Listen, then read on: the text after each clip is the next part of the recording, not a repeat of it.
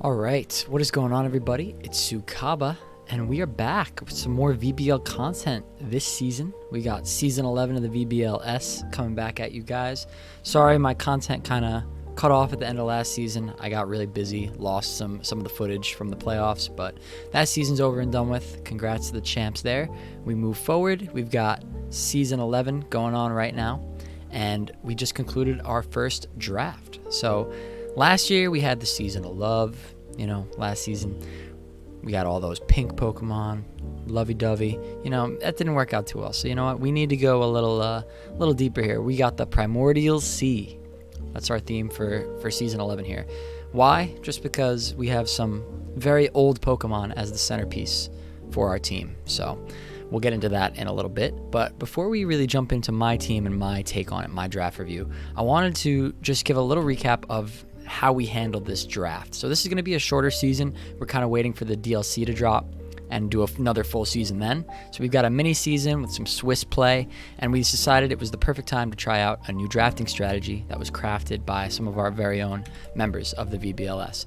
So it's called the Sync Draft. So this was a little bit different than our traditional snake draft, where you pick and then you have the first pick, second pick, whatever, and then you get to the end of the round and then the draft order reverses and you go back. That's probably the draft most people are familiar with for most types of leagues, especially fantasy football leagues. Most fantasy drafts involve a snake, but we did a sync draft. So this is when coaches submitted all their picks for the entire round simultaneously. We did this via a Google form. So you'd pick your first and second choice for Amon, and you would also indicate for each selection the maximum amount you will be willing to pay for that Pokemon. So this kind of was aimed to make it so that if you really wanted a Pokemon and you were willing to overpay for it, you can get that Pokemon, right? So if I wanted Chi-Yu if I was willing to play 6 over the asking price, I could put that and pay that if nobody outbids me. So it's kind of like an eBay silent auction style. So this kind of resulted in the coaches who wanted that premium on that Pokemon ended up getting that Pokemon. And I think it definitely had some hiccups, but it worked out. We've got a bunch of teams, and now it's time to get into some matches. So I'm gonna go over my team and what we resulted from the sync draft in this video, and we're gonna start with our first round pick, Volbeat. Not your traditional first round pick in a draft league to pick a mono bug type Pokemon with pretty crappy stats, but this thing's really cool because it gets Prankster. Now, I'm a big Prankster fan. Most of my successful teams have Pranksters on them in the past. It's a playstyle I'm very comfortable with, is just having a Prankster. And this is one I've never gotten to use before, and I've also never seen it used in Draft League. And just looking at its kit, I thought it would be really fun. This thing has really unique Prankster kit, because not only does it get Prankster Tailwind, which was very limited in this format to just Illumise and Murkrow, but it also is the only Pokemon that gets Tail Glow with Prankster and Baton Pass. So this thing can use Tail Glow, which boosts its own special attack by 3 stages, and then it can also Prankster Baton Pass the following turn to pass that special attack boost onto a setup sweeper, because the stats leave a lot to be desired for this thing. It's not going to be sweeping games on its own, even at +3, but if you get it some nice teammates that can take advantage of that, you've got a lot going on. So this thing is just really cool. You get Prankster Light Screen, Prankster Swagger. You can get some Swagger strats going with some Mirror Herb stuff. It's got Prankster Taunt, Prankster Weather, Priority Roost, which can heal up maybe back to full. Just a really, really solid Prankster kit. And, one thing I've noticed about Pranksters is that if you have a Prankster Pokemon, a lot of times they click their Prankster move turn 1, and then they're kind of just sitting there, and they don't have anything to click, so they kind of just click their crappy attack move, and you can kind of ignore them. But Volbeat's interesting because you can't really do that with Volbeat. You're either going to get Tail Glowed and Baton Passed, which you probably don't want whatever's in the back having a +3 special attack, and maybe even a substitute if you just let it sit there. But it also has really nice stab options that provide secondary effects. So if you're leaving this thing on the floor, you're allowing your team to get lunged for minus attack every turn. You're allowing it to get struggle bugged, where both mons will lose special attack every turn, right? So you definitely want to prioritize removing this thing, which allows an opportunity for other mons to take advantage of those turns as well. So this kind of set the tone for my draft, that I wanted special attackers to abuse potential Tail Glow boosts, and I also wanted mons that will take advantage of that Tailwind that I'd be setting for it with priority. most of the time.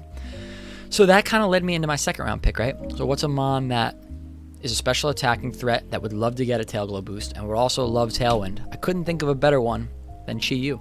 So Chi-Yu is like the holy grail of special attackers, because not only does it have a base 135 special attack stat with really strong stabs in Heat Wave, Fire Blast, Flamethrower, Overheat, that kind of stuff, with a good offensive typing and fire, obviously.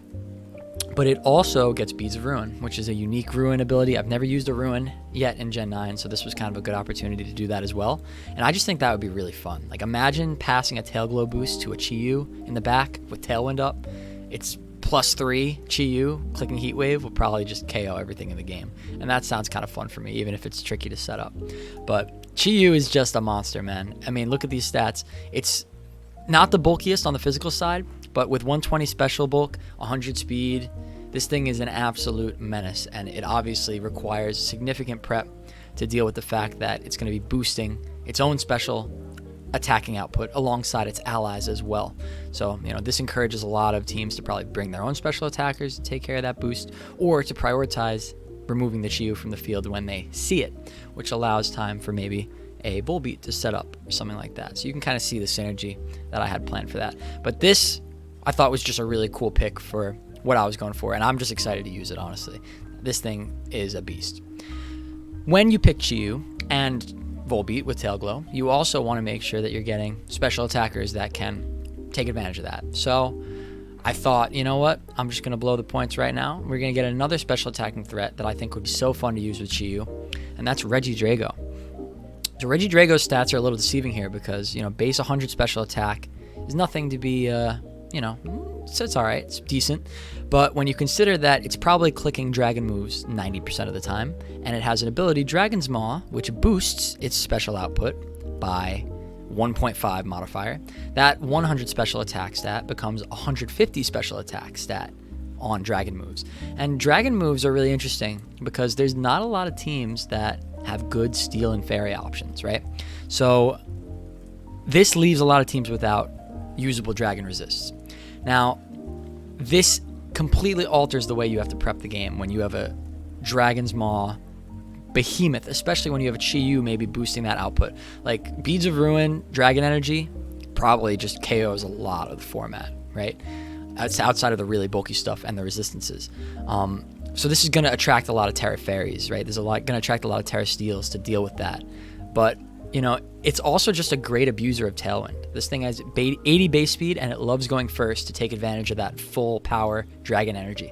So you really want to, make sure that you're getting this thing to go first, and Volbeat can definitely accomplish that with that priority Tailwind. So, you could throw a Scarf on this thing next to Chi-Yu and just turn one Dragon Energy, kill everything if they're not prepared for it. You could set a Tailwind, bring it in the back as a late game sweeper. A lot of options with this thing, and I just thought it would be really fun to check out the kind of damage output I can get with a Chi-Yu and a Regidrago next to each other. So that's kind of cool. As far as setup options too, you got Focus Energy. Could do a crit set with a Scope Lens or something and just keep Draco Meteoring without even caring about it. Would be kind of interesting. So there's some options there for sure. Could explode. So it's not just a one-trick pony. You could definitely do some other stuff with this. So that leads me to my next pick. I went with a little bit of value. The number's wrong here. It was not 16 points. It was actually 9 points. I got to change that. But this thing is really good because my team so far attracts a lot of fighting and fairy types, which Slowbro does a really good job taking care of, right? It gets that nice shell side arm, really powerful stab poison attack. It also gets those psychic moves that you'd want to be boosting. This thing's also just a great partner for Volbeat. I could not imagine a better pairing, honestly. Shout out to Daddy, who also drafted Volbeat, for giving me this idea when we were talking in DMs.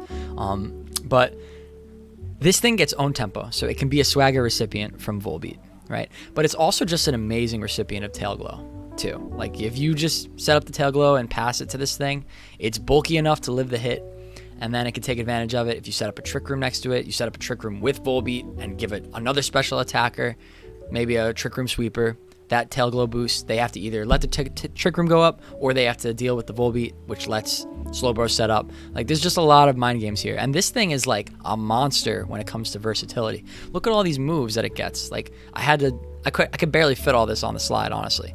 And there's so much usable options. It's got mixed potential where it has a good attack or special attack set, depending on the week. I could use this thing alongside Chi-Yu to take advantage of that Beads of Ruin, or I could use it Swagger boost with the own tempo. You know, I could run Regenerator with a supportive set, get that, you know, Haze and Heal Pulse and Yawn off, you know, and it's just a great versatile Pokemon. I expect this thing to come a lot and do a different thing every time it comes. So this is just a really cool pick for me, and I think it kind of rounded out my top 4 really well. So now I was at a point in the draft where, you know, I had a few really good Pokemon, but I really wanted to make sure I could take advantage of having multiple speed control options, as well as some nice abusers for Chi-Yu, considering I spent 25 points on that Pokemon. So getting some more special attackers was high on my list. So the next one I opted for was Inteleon. So I was really torn up for a while between Inteleon and Greninja, but ultimately I opted for Inteleon because it is cheaper by 3 points, and it has a higher special attack stat as well, which can really take advantage of that. But they both kind of serve the same niche on this team, where they have a really fast Icy Wind option, which can enable Chi-Yu and Regidrago to go first if I don't feel like bringing Volbeat to the match for that Tailwind option. But it also can just set up, right? You could get this thing, you know, maybe behind a substitute, maybe even with a Tail Glow boost, and all of a sudden snipe shots. If you put a scope lens on this thing, you're critting 50% of the time, and you're getting that sniper boost on the damage with maybe the Beads of Ruin. Like, this thing has the potential to do a lot of damage on my team. And it also provides some unique utility as well. It's one of the only things that gets Haze, Mist, Soak. Like, these are kind of rare supportive moves that could serve to be very helpful for me, especially since I see there's a sushi combo in my conference. Shout out to Canner. Beware of my Haze if we play each other. But yeah, this thing's pretty cool. I thought it was pretty good value, you know, with that speed tier, providing that fast Icy Wind, also providing potent offense, and, you know, just good damage output with that snipe shot, and maybe even some sniper scope lens business. So I think this will be a really good option for me a lot of weeks, and I'm excited to use another starter. I love these starter Pokemon, especially when they give them unique moves and abilities and such. Next pick, we went for the Hawlucha. So Hawlucha is something I had my eye on very early. Kind of from the second I picked Volbeat, I knew I wanted Hawlucha to take advantage of Swagger activating Unburden with that Prankster, and then allowing some incredible damage output on the Hawlucha. So Hawlucha's stats kind of are weird, right? Like, it's really fast, but the bulk leaves a lot to be desired, especially given its typing, right? And then the attack is not what you'd want it to be. Like, you really wish the attack was like 105 on this thing. Like, even just a little bit more mustard would give this thing a lot more going for it. That being said, if you're able to activate the Unburden in a way that also boosts Hawlucha's attack, that is a really good way to enable this mon to sweep. I've actually encountered Hawlucha a couple times in my draft league career, and it's annihilated me at certain times if you're not prepared for it. The synergy is great to activate Unburden. So I've got Inteleon can Ice Shard it to activate a weakness policy Hawlucha or something like that. I also have Volbeat, which can activate either a Mirror Herb or a Lumberry with Swagger, whether I'm casting it on the opponent or my own Hawlucha, which will, you know, not only consume the item and give it attack boost, but also enable that Unburden for this thing to become the fastest thing on the field, without a doubt. Mold Breaker also has its niche uses. Like, I've seen Jace do some crazy things with this. I think he had like Mold Breaker, Power Herb, Dig, Hawlucha, but, you know, that's just Jace for you. But it's got decent offensive options, good stabs, really strong stab attacks. Acrobatics gets that double base power boost when you lose your item, and, you know, you get close combat, high jump kick. So these are really strong stab options that will enable Hawlucha to do more damage than you would think, given that 92 attack stat. Also, some interesting supportive options with Quick Guard is always nice to have on a team, especially if you're facing something that you expect to bring priority, like a Dragonite or something like that with that extreme speed. You know, it's nice to have the Quick Guard as an option. Also, decent setup options with Swords Dance Bulk Up if you can get this thing behind some maybe redirection support, or, you know, some sort of way to enable it to be clicking those moves. But most of the time, you want to be doing damage with this thing. So I think I have the team that can use Hawlucha effectively. So speaking of redirection, this was a turning point in my draft because I knew I wanted good redirection on this team. Not only to enable Volbeat to set up maybe tail glow boosts, but also just to enable my really strong attackers. Regidrago, Chi-Yu love doing damage, and they can't do that if they're dead. So if you get something else that can soak that damage up for them, then you're looking a lot better for the match. Brute Bonnet was the best redirector on the field that was left, I think. I mean, Amoonguss was available as well. Maybe a couple Ogre Pump forms, but nothing I could afford. Brute Bonnet seemed like really good value at 16. This Mon is an absolute animal. So I think this Mon's kind of gotten a bad rep among the VGC community, especially the Draft League community. I don't think we've seen this Mon reach its full potential yet. I know James used it last season with pretty good success, and I think that is like more the light that's at the end of the tunnel for this Mon, because it has so much going for it. Yeah, you know, you lose a lot from Amoonguss, no doubt, right? You lose that nice grass poison typing. You gain a 4 times weakness to bug, fighting weakness, a lot of other random stuff. And you also lose Regenerator and Effect Spore in the term of photosynthesis. But what you gain, I think, is really incredible. You gain, like, basically, I think it's 80 base stat total. I think Amoonguss is like 490. So you gain a lot of base stats. And this thing is like min-maxed, honestly. It's got really good bulk. Its speed tier is decent in Trick Room and can even take advantage of Tailwind if you wanted to invest some speed. And it's also offensive, which is just really, really cool. So this thing can be a redirector in a supportive way, especially if you slap a good Terra type on there. But it also can just do a lot of damage. Like, this thing gets... If you boost Photosynthesis with a booster energy, Sucker Punch does an incredible amount, and that's always going first. So you have to really worry about that, right? If you get this thing active under Trick Room, it can be sporing things, it can be supporting the team with Pollen Pluff and Rage Powder. You know, you could even set this thing up in a Sun mode. I have Prankster Sunny Day. You know, Chi-Yu loves Sun. So does a Brute Bonnet with Photosynthesis. You boost that attack, you have another item, you get a growth going maybe even, like with the setup option, and this... a lot of damage output potentially. And at this point in the draft, most of my draft was like special, right? A lot of special attackers. I didn't really have that like strong physical threat yet. And I think Brute Bonnet served 2 niches for me at once by giving me a good redirector and also a good offensive physical attacker as well. And this also kind of helped out my speed tiers. My speeds at this point were very fast, so this kind of gives me that really slow, powerful Trick Room sweeper threat while also enabling a more supportive mode with Rage Powder. This thing is so prep altering, right? The second you see an Amoonguss or a Brute Bonnet in team preview, when you're doing your prep for the week, you're thinking, oh crap, now I gotta add Terra Grass, I gotta add safety goggles somewhere, right? I have to find a way to deal with this.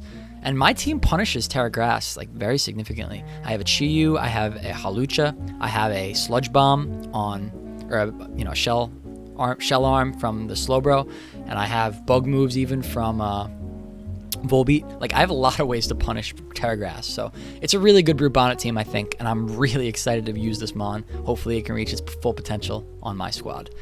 So now we're gonna go through some of my garbage picks at the end of the draft. Nosepass is honestly pretty good value for 2. This thing is so bulky. Like, I was doing the calcs on this. I was between this and Probopass, and I was like, why would I spend 5 for Probopass when I could serve a similar niche without the 4 times weakness and also save some points. This thing with Eviolite has an insane bulk. And I know what you're going to think. You're going to say, well, yeah, okay, 202 defense, 135 special defense. It's great with Eviolite, but you don't get the item, and then it's still only a 30 HP stat. And I thought the same thing. I was like, oh, that 30 HP is probably not as bulky as you think. But then I ran some calcs with it. It's like kind of crazy. Look at this. 252 attack, Choice Band, Urshifu Rapid, Surging Strikes. A super effective hit from one of the strongest offensive mons in the format, Choice Banded. And this thing still lives 6% of the time with bulk investment. It's like actually crazy. So this thing can definitely live hits in the right matchup, especially on the physical side.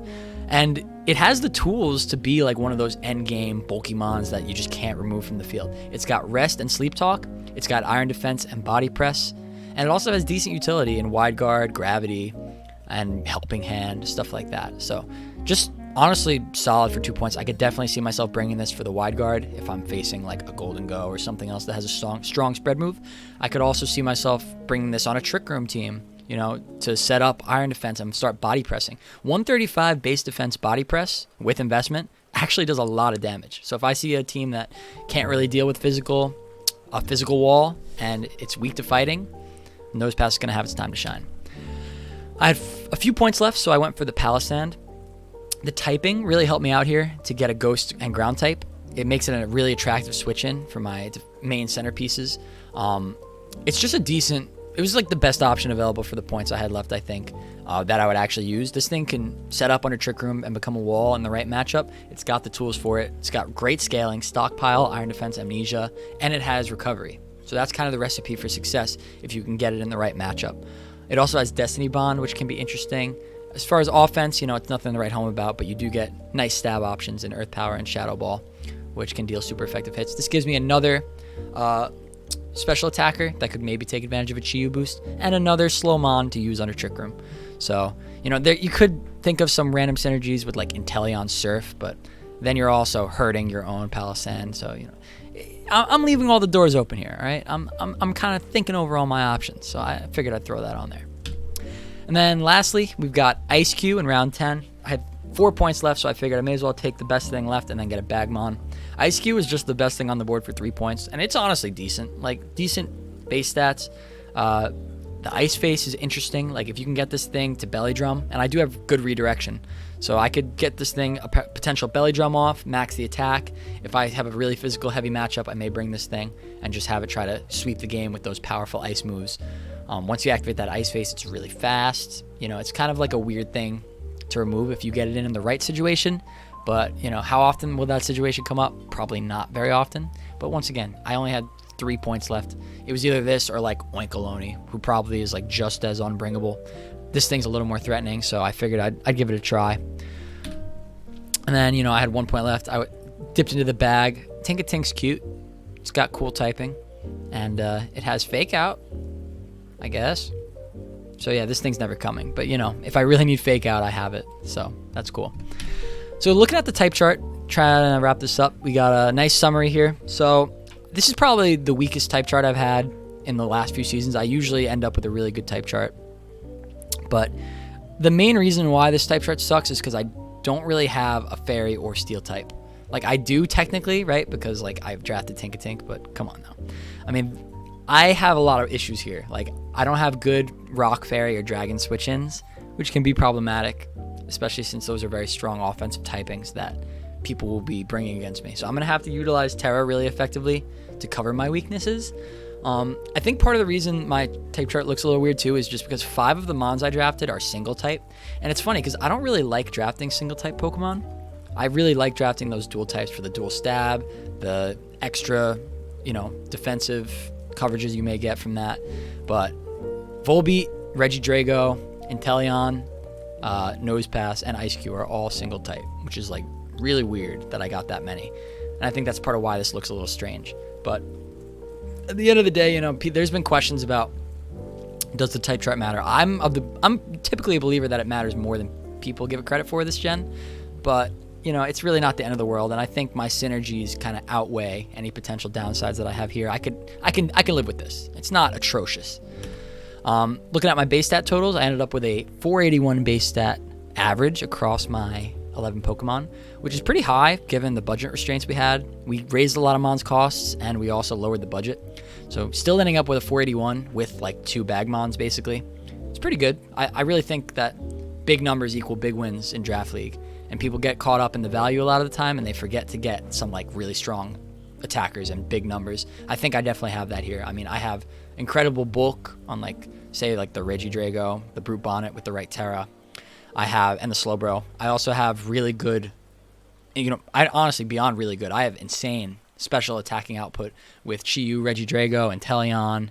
Even get the Slowbro in there. I can boost it up with Tail Glow to make it even worse. Like, my team's going to be scary if you don't have a game plan for all that. My speed tiers ended up pretty good too. I have pretty fast, highest at the 120, and my laddering is decent. I have some Tailwind abusers, and like the Regidrago, the Chi-Yu loves Tailwind. I have some Swagger abusers. I'm Bird and Hawlucha. Activate that speed to be even higher. I have the Icy Wind on Inteleon, so I have multiple modes of speed. I also have a decent Trick Room mode, which I think is really important if you're going for a game plan around Tailwind, because otherwise every team's going to bring Trick Room against you, and you're going to have to run in prison or figure out a way to deal with it. But I think my Trick Room options are actually decent here. Like, Brute Bonnet alone is a pretty good answer, especially since a lot of teams don't have mons slower than 55 beyond like 1 or 2.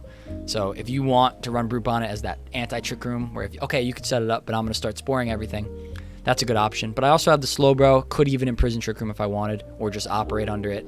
I've definitely got some decent options for that. So I'm not too concerned about, losing the speed war every week. I think I have a versatile team that is just powerful in a lot of ways. It's definitely got its flaws, don't get me wrong, but I think it's just going to be really fun to use. And that's what I'm aiming for this season. It's a short season. We got 5 weeks of Swiss play, tournament play basically, and then we'll see if we can drag this team to the playoffs. I'm just going to have fun using it, honestly. I really can't wait to try to get some tail glow boosts onto Chiyu or something crazy. So that's the team, and I really appreciate you guys watching my draft review. Leave a comment if you have any thoughts about the team or any other thoughts about the season up ahead. And otherwise, I'll see you all for some matches and maybe even some old man draft reviews very shortly. So we'll see you guys in the coming days, and thank you for watching.